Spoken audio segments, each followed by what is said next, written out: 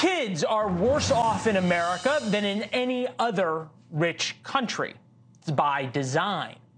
Now that I have your attention, we didn't write that line. Lydia Kiesling did for Business Insider. Quote, "Why America hates its children. Kids are worse off in America than in any other rich country. It's by design." She waxes poetic about how much better life is in Europe for young kids. This is after a vacation she took to Greece. One of her many gripes is that the U.S. ranks 32nd out of 38 countries in the leading Western trade alliance for spending on early childhood. It's the very definition of Hillary Clinton's "it takes a village." We asked Lydia to come on. She was too busy.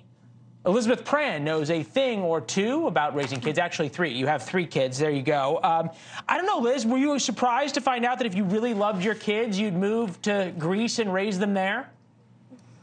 Well, what I was surprised to learn is that my kids have it so tough. I will admit that if I wanted a better life, I would die and come back as one of my very spoiled yet lovely children who I'm trying to make functioning members of society. Okay, so I tried to really dig into this article and think maybe where is she coming from. So I'm going to start with the critical, and I want to see what you have to think, because what can parents do better?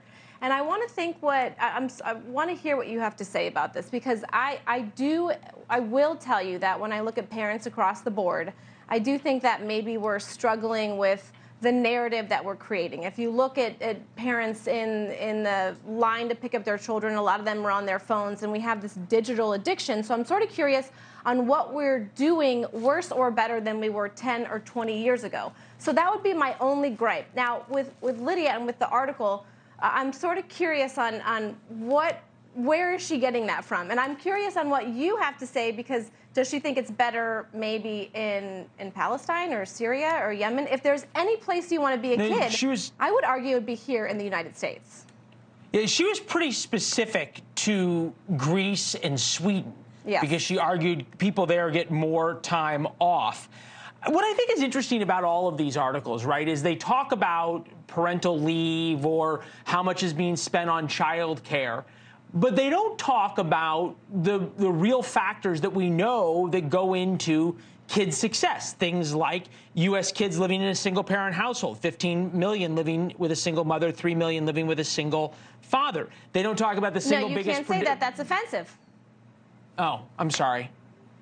Right? Nowadays, that's offensive. Well, when you talk about that children should be in this two-parent household, you saw the Wall Street Journal article today, then people get offended. And I don't even care if it's, I think we've had this conversation. I don't care if it's a man and a dinosaur or a woman and a unicorn. There needs to be two people in the household raising these children. You know better than anyone that a lot of us, maybe me, have career aspirations. I have one job right now, and it's with my husband to raise children. The career's going to have to come later. There has to be some sacrifices in order to raise decent children. And you can't always look at the government. She kept on alluding to all these government subsidies.